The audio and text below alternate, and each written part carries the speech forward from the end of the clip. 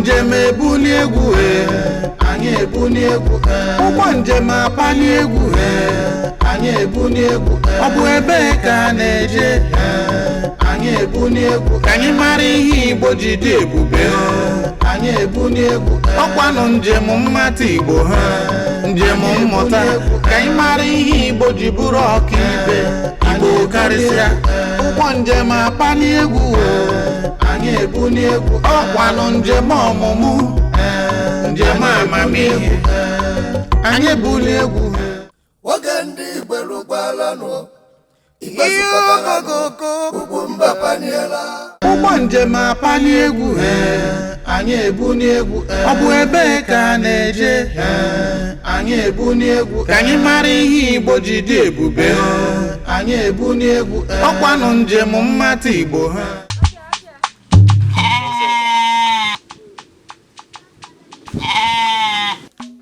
atụrụ bụ otu n'ime anụ ụlọ nwere obi umeala bụ nke Chineke ji wee mara anyị atụ. Ị gaa n'akwụkwọ nsọ na Abụọma 23 ebe akwụkwọ nsọ na-ekwu sị Jehova bụ onye na-azụ m dịka atụrụ, ọ dịghị ihe kọrọ m. Ọ gara n'ihu kọọ ọtụtụ ihe dị iche iche bụ etu Chineke si na-azụ anyị dịka atụrụ. Ọ bụrụ na ị na-atụrụ anya dịka m kwuru na mbụ, o nwere obi umeala, ọ dịghị achọ okwu, ọ dịghị achọ ụsụsụ nke ya. Afụrụbeghị m ebe atụrụ na-anụ ọgụ, onwe ha anya ukwu. Ọ bụrụ na ị na-atụrụ anyị mara na ọ nwere ọtụtụ ihe dị iche iche anyị nwa bụ mmadụ kwesịrị iṅomi n'ebe atụrụ nọ. Ọ bụ eziokwu na mgbe ụfọdụ ọ na-aga etu a na-ene anya dịka ọ na-ezuzu ezuzu, ọ na-ada iberibe mana rotakwa na ya bụ atụrụ bụ ihe mụrụ ebune, bụ ihe na-bụ mgbe ọbụla ọ na-anụ ọgụ, mgbe ọbụla ọ na-anụ ọgụ. Mana n'ụbọchị tata anyị chọrọ itinye ọnụ n'ihe gbasara atụrụ, maka na e nwere obodo ọ ga-abụ ịga n'ala Igbo anyị a, ikekwe ịma ha nke a. Ọ bụrụ na izu atụrụ, onye obodo ahụ zuru atụrụ a na-achụpụ ya kpamkpam na ọma natazi obodo ahụ ọzọkwa na ndụ ya. N'obodo a enwere ike izu ojii, nwee ike izu ihe ọbụla bụ ihe a na-ezu ezu, mana imekata paa atụrụ bụ ihe ha na-akpọ izu atụrụ. Ịpa atụrụ ị na-anaka n'anya, maka na ndị obodo niile bụ nke gụnyere ma nne na nna ga-achụpụ n'obodo ahụ. Ụfọdụ n'ime unu, ọ bụrụ na unu gee ntị n'ụbọchị tata, ya bụ akụkọ na-akọ dịka akụkọ Mama Ngozi na ndị ya dị, unu nwere ike ịghọta ebe anyị na-aga. Obodo a dị n'ala Igbo, ya mere sonyere anyị n'oge mmemme anyị nke ụbọchị tata dịka anyị na-aga n'ihu. Nnọọ. His Royal Highness Eze Joseph Ubanono is one of Fakir's autonomous community in Ebonyi State, Igbo local government, Ebonyi State. Atụrụ ndị Akeze na-asụ nsọ to the extent Igbo onye Akeze ga-eje para atụrụ, ịpara atụrụ ebuchakwala onye Akeze o, ị ga-ahapụ Akeze ntọala ndị obodo achụọ ya, onwe ha ga-emekwa ya pekwa ya bụrụ onye Akeze gị atụrụ. So ụmụ ibe ndị a dịcha, ndị kacha esi ike a bụ egokwa ndị pa atụrụ, ndị para atụrụ emechaa bịakwa gawa na Akeze. Ugbu a ọ bụrụ mgbe gara aga, ị gaghị anwụ ya anwa, ị gaghị anwụ ya anwa. Ya bụ na obodo unu a na-afụ onye zuru atụrụ ka onye zuru ji n'ala Igbo.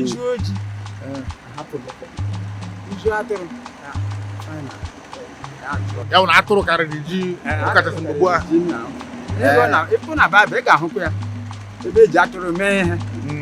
Kwe na ahụkwa ya dị, ya bụrụ ịgụla Baịbụl hụkwa ejerikwa na asọmpi enwe ya. Atụrụ bụ nnukwu ihe kamgbe ụwa. Ka ha si sọwa atụrụ na Akeze, according to my father, dịka m kwuru elie ama magarịgọrịka, atụrụ karịrị mmadụ na Akeze. Mgbe na atụrụ ahụ karịrị mmadụ na Akeze abụrụ na atụrụ bụ chi ndị Akeze, atụrụ abụrụ chi. Ọwụ ịhụnanya. Onye ebido n'aka ya sọwa atụrụ ahụ mgbe ewido na-amụtara nwa, ọ mụtara nwa mgbe gboo. The who happens to come from my own village, Mobo. So that no mutagen when we're atụrụ the woman nwere n'onwe ya ọ na-efi dị ka nwa today say na ya na-edine na traditional bed a na-akpụ akpụ like that mgbe atụrụ so ndị mmadụ bịa hụ otu nwaanyị a na atụrụ ya si eme one day nwaanyị lọta ubi ọhụrụ atụrụ ya bezie na arịrị wee jụwa ya wee kwuo atụrụ ya na atụrụ ya it's true na emecha nweta atụrụ ahụ n'ahịa ebe ebu ya gaa ire ya na mmadụ bịara zuru ya ka ọ gara ere ee emesịa nweta ya mgbe e nwetara nwaanyị sị ihe awa atụrụ m onye na-ere ya sị ọ bụghị atụrụ gị nke m sị ya kedu ihe ịrịba ama sị ya ngwa n'ụlọ uzu atụrụ ya unu na ya nọrọ ka ya jee na ya ka ala be ya ga-agbapụ ụlọ ya so nwaanyị ahụ wee laa be ya ga-agbapụ ụlọ pụọ n'akụkụ nọrọ ndị ahụ wee duru onye ahụ goro atụrụ ahụ na atụrụ ahụ wee ruo n'ama ebe a nwaanyị si eruo si tọpụ atụrụ ahụ eriri aha kwere ka ha ma ebe ọ ga-ala atọpụ atụrụ ahụ ọ gbaala ụlọ nwaanyị ahụ straight ụlọ ahụ ghere oge ga-agwọrọ n'ebe anya na nwaanyị ahụ na-anọ so ha wee hụ na nwaanyị ahụ nwe ya in order to mee ka ndụ nwaanyị a dịte ogologo de na nkụọ ya urekwe na atụrụ from now onye ọbụla m wetara atụrụ n'ala emerụọla ala onye ji no love wetara na mbụ in order to keep that woman's life a widow na-enweghị otu nwa onwedịghị nke ọ mụtara amụta mana bịa nwa ịghọtago ya dị ebe ahụ so that is how eji sọwazie atụrụ niile todeze na gị nwa nwere atụrụ na mgbe ahụ ya kpafuo na ịmachaghị na ọ ga-abụkwa ya bụ nke asị lezikwa anya nke anyị ka na-asị na ọ dịkwa lezikwa anya ọ bụ ya na ilezighị anya ịdaa ya aka ijide ha lele ya ewo na ọ bụ ọkwa ya ị ga-ahapụ akeze ya not coming back na akeze again ee as long as ijidewere ya bịa hụzie na ọ bụghị ya ịpala atụrụ ọ ka ha si akpọ ya kwụsị izu olu si atụrụ imerụ ọla ala ya nwere nke ahụ na-enweghị dịka omenala ma ọ bụ nha a na-asị na adara mmadụ na ya adịghị adara ya nha ị ga-ahapụ obodo a nke mbụ bụ na o nwere otu ihe si na ọ bụ ihe na-aga o nwere otu ike agwụ ndị ihu gwụ ndị azụ ihe gbasara na mmadụ bara atụrụ dịka m gbatụrụ unu ụfọdụ ha bụ ndị a na ha abụghịala kezi ugbu a ọ bụ otu ọ dị mgbe mbụ ọ ejide gị n'ịpa atụrụ a ga-emegide gị iberibe ndị mụrụ gị ndị mụrụ onye ahụ ọ ha ga-abịakwa zọpụta gị so ịkwara ngwongwo gị fụwa na kezi ndị mụrụ onye ahụ fụọ ọ gaghị abụkwa nwa ha ọzọ because onye na-ahụ ya bụ onye mụrụ nwa gị nke na-ahụ ya onye mụrụ onye ha pụọ na kezi agaghị asịlekwa ebe ị ga-agawa onye ọfụọla ọmara ebe ọ ga-agawa o jele dasadoja nationalize ya ụgbọ njem apali egwu anyị ebu n'egwu ọ bụ ebe ka a na-eje anyị ebu n'egwu ka anyị mara ihe Igbo ji dị ebube anyị ebu n'egwu ọkwanụ njem mmata Igbo ha ọ bụ na ncheta ị gwara ya na ya bụ ihe bụ site n'ịhụnanya obodo na-egosi n'ebe nwaanyị ahụ na-amụ nwa ka ndụ ya wee dịtụkwuo mana idewezi ya bụ ihu ọ dịzie ka a ga-asị maka obodo iji maka ya chụpụ mmadụ ọ bụghị na asị gị nọ ihe dịka mgbe ochie a na-abụ igbo mmadụ asị gị nọ afọ 7 na ebe ikwu nne gị tupu ị na-achịta azụ ya bụ na nke enweghị mgbe ọ ga-abụ ruo na-achị formally onwedeghị ịpụchala me ha lose prominent men here like one time commissioner of agric na Benue State bụ onye akezi ọ bụrụ ihe ahụ chụpụrụ papa ya papa ya many of them even my relation ha ndị ọ dabara like that ụmụ ha weta something outside mana ọ bụrụ na inwe accident nke mmadụ ya dị ka o si mee mmadụ si n'aka nwụọ since ọ bụghị deliberate ị ga-afụ nọ 7 years tutu ịlọta Akaeze bịa kwa onye ahụ n'ụzọ omenala then they allow you to live but atụrụ ị gaghị alọta again. iji wee kwado okwu a kwuru na atụrụ karịrị mmadụ. So ihe ahụ ihe mere n'oge ndị Jehovah Witness ntara ka ha were force kwụsị ya na ọ bụzi ya atụrụ ga-akarị mmadụ si treat ya ha gazie wrong way by ibido n'aka ha n'onwe ha bukọwa atụrụ niile. Ndị omenala si oke for that is ka anyị mazi ya n'onu wee chụọ ha niile ndị ahụ outright na Akaeze. Data m na-agwụ n'ihe ụfọdụ ndị nwunye di ụmụ ndị ga na-aja agwọ ọgwụ ka nwa nwunye di ha ọhụrụ ka ọ paa atụrụ fọ na Akaeze. That is nsogbu ndị data ma bụ ihe ji ọ na-ekwu peko ibe ndị dibịa mere m ihe mere m nke a na-emekwa ụfọdụ a na-ere mgbe mbụ anyị na-eme iju atụrụ n'oshi ya chụpụrụ na mkpa na mgbe mbụ ugbu a abịalekwa ya anya asị mba n'ọdịla n'ọnwa otu o si dị anakwa etukwa ya anabata gị kama na ebe na ime ezi ụlọ nna gị ihe ọbụla a na-eme o nwere otu nke ị ga-esi dị n'ihi ikomitiela edela iwu bụ na edela iwu ọsọ nke iru na Baịbụl uche na igbu atụrụ edela iwu atụrụ abụọ atụrụ gị ifuo ya n'ohi ọ bụghị nke gị wa ịhụ na ụmụ otu ọ dị ọ bụrụ na iburu atụrụ jee ahịa ọ bụrụ atụrụ gị ire ya n'ọkwara mkpụrụ nke ọzọ bụzie nke abụrụ nke gị enwere ike igbu ya egbu rie ya n'obodo a. Yes, ma ọ bụrụ nke gị ije n'ahịa ị ga-ahụ ya ebe egburu ya na-erekwu ya na-eri ya a na-egbu ya beta emela nke onye ọzọ ga-ezukwana ya n'izu ya na ọ karịrị ihe ọbụla a na-ezu anyị emegharịkwala ya ime ya eme anapụkwa gị.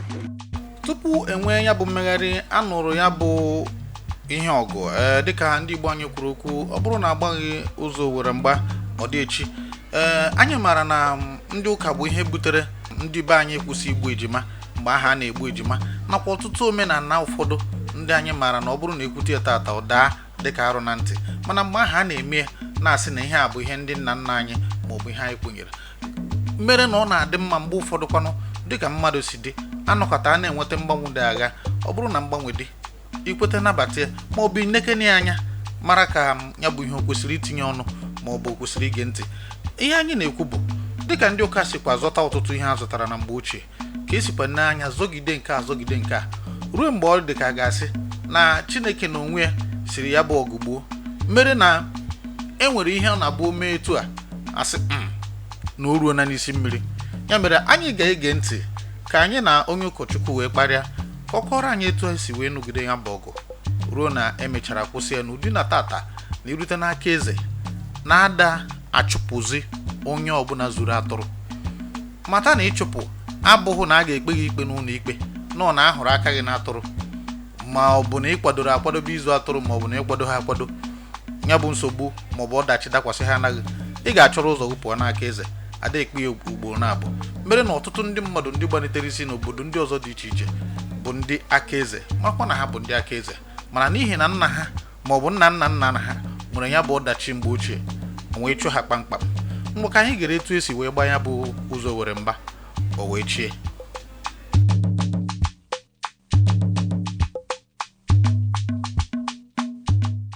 Ụgbọ njem apali egwu anyị ebu n'egwu ọ bụ ebe ka a na-eje anyị ebu n'egwu ka anyị mara ihe Igbo ji dị ebube anyị ebu n'egwu ọkwanụ njem mmata Igbo ha. I know 1993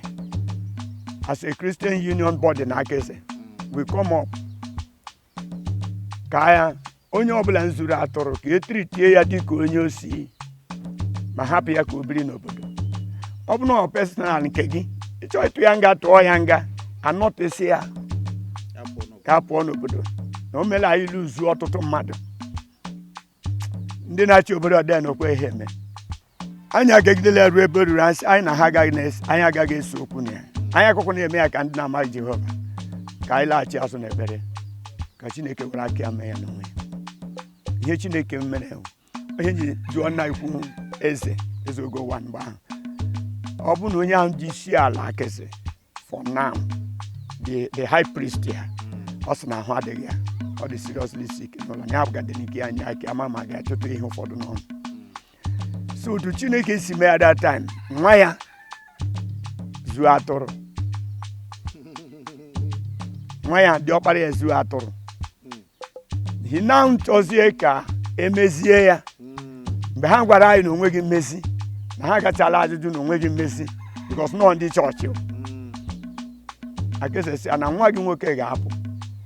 ọ sị ya mba na ihe a nwere mmezi ha sị ya na o nwere mmezi nwa gị pụgodi otu nwa ndị ọzọ pụchara nwa ya pụọ still God went the other way ga-akpalie youths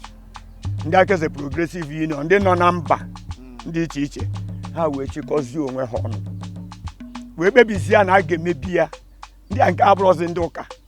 anya bataozi na ya na a ga-emebi ya ha wee chịkọta onwe ha kpọọ onwe ha oku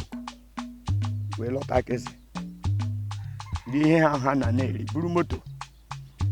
na-aba na ezinụlọ okenye ọbụla ebe ti ha alaghị n'ụlọ na-ekwu na ya asị ya isi ebe ka na-eji asị gị gbagodi moto ma ọ bụ na ndụ gị dị gị mkpa they pick all of them kpamkpamkpam buru ha lawa na their general God so we ga meet that man who the high priest ya ọga ya azala ihe bịara anaghị abịaghị ịrọ unu ka ndị chọọchị na-arọ unu taa ka ọ ga-ebi ya onye ekweghị ekwetara ya taa that is the way God njiri mee ya ebe ahụ ka ha niile nọ dịka ndị okenye nọ n'obodo wee kwugharịzie okwu na ndị even ma ndị nlawara ndị pụrụ ụra n'obodo a many years ago na-anụ ọzi ndụ nwa ha ndị nọ ndụ lọtara fọ ha lọtaziri obodo a na-abịa arụ ụlọ n'ala ha birikwa na onwezi izute ya na anwụ etrite just like onye osi izuru osi onye mmanụ atụrụ bụ nke ya chọọ ịtụ gị nga ọkpọgara gọọmenti simple so now ọ dịghị ikike ka mgbe ochie amadị na-apụ adịghị apụziri ya na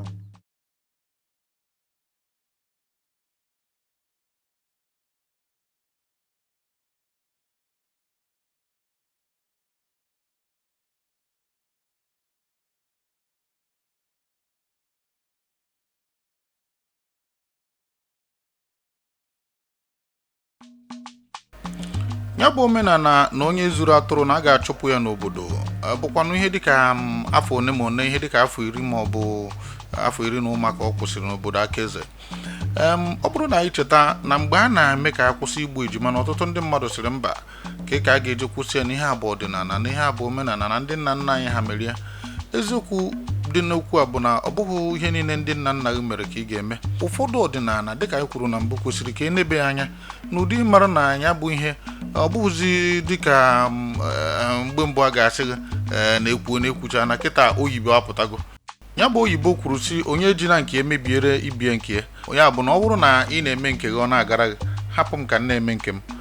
mana ọ bụrụ na m o kweteghịzi anyị aga ụlọ ikpe ahụize Chineke na-agbawe nye ihe anyị na-ekwukwu bụ ihe dịka afọ 10 na afọ 10 n'ụma gara aga ndị ọbụla bụ ndị si obodo Akeze ma ọ bụ obodo gbara ya gburugburu ga-ama na ihe a bụ eziokwu ọ bụrụkwanụ na e nwere ihe ị chọrọ ikwu ma ọ bụ itikwunye ma ịgbakwunye gwa anyị atụrụ mụtara ebune ke maka ebune ofu ya bụ na iwu ji atụrụ ji ebune ọ dị ọkụkọ mụọ oke ọkụkọ ị ga-asị na ọ bụghị ọkụkọ ọkụkọ emekwala bọọsụ ị ga-abịa obodo anyị agbaghịsị kwansọ anyị emekwala ihe ị ga-abịakwa ga ahụkwa ya sometimes one day ị ahụkwa ya mana dịka i kwuru ọ dịghịzi etu ọ dị na mbụ ọ dịghị etu ọ dị na mbụ ọ bụ abịa na Nigeria gọọmenti na-asị onye agbata oche nje constitution otu o nwere constitution a ga-abịa elecha anyị na-asị hapụkwa ya ọ dịkwa otu ọ dị because n'ebe tie ya aka ote another thing ote ha omenala anyị si dị ọ dị ka otu esi eme ihe gbasara atụrụ mfe gbuo na anyị emegharịkwala ya ọ dị mma ị nọ bido ọgụ a nọrọkwa kịta ọ kwụsịrị kedu etu obi dị anyị na-ekele Chineke nke ukwuu because o na-ebu anyị mgbu n'obi mgbe anyị na-ahụ ihe ndị a na-anụkwa ihe ndị a like ihe a nọ ekwu some of our sons because na nna ha mere ihe a achọpụta ha bụrụ somebody outside still anyị ka na mkpọmkpọ ebe ọ na-atọ ụtọ ọ dịghị atọ anyị ụtọ we need them to come back ọhịa ji tie isi na ya mbụ the first time anyị dị ka ndị ụka ntị si 1993 I was the speaker ka a kpọrọ the whole mgbe ahịa ka mkpọ general eze and the chiefs ndị oso eze achị and the town president mgbe ahịa ka ekele autonomous ugbu so obi na-atọ anyị ụtọ ugbuala dị na onye ọbụla nweziri onwe ya ihe imechọ ikpere Chineke n'obe masị na ọ gị na-egbochi onwe gị na ọ bụghị na ndị anyị sịrị ma ọ bụ na m mere nke and again ebe nwutere anyị karịa pụchisi ebe gọvanọ lebara anya karịa sị na mmadụ si mba let's assume otu a brother somebody ọha ime ọha bịara ozi ọma na ọkpa nkụ erolu ha na ground because of agwụ igu erolu ha ihe niile si Enugu soro bịa the crusade because na egburu agwụ igu ọgwụla onwe ihe mefọrọ ndị a so but now onwe ihe yiri ya you dare not touch anybody no matter ebe onye ahụ siri bịa we take you to court egosi gị na-akwala you government which was ihe gọvanọ gwagwara the two Ezes and their chiefs and the PGs n'ụbọchị ọbụla m dara iwu n'ogosi iwu gọọmenti now is documented and stamped by the government of Ebonyi State. Oge ndị Igbo lụkwaranụ Igbo zukọtaranụ Ugwumba panigaranụ oge ndị Igbo lụkwaranụ Igbo zukọtaranụ Ugwumba paniela